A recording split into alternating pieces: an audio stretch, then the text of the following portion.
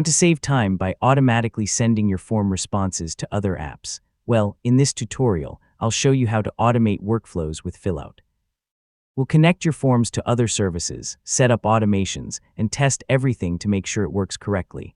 First, sign in to your Fillout account and open the form you want to automate. From your dashboard, select the form that will trigger your workflow whenever someone submits a response. Next, navigate to the Integrations or Automation section for your form. Here you'll find the available options for connecting Fillout with external services and business tools.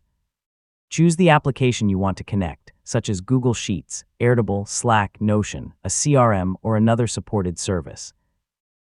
Follow the authorization steps to securely connect your account. Now configure what should happen after someone submits your form.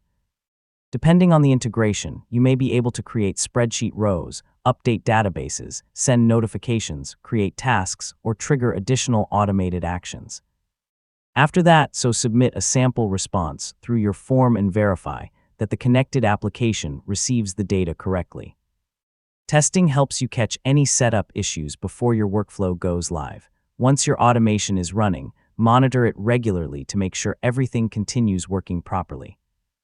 If you update your form or connected application, review your workflow settings to keep everything synchronized. And that's it. You've successfully learned how to automate workflows with Fillout.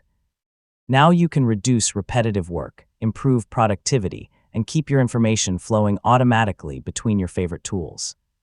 If this guide helped you, don't forget to like the video, subscribe for more simple technology tutorials, and thanks so much for watching.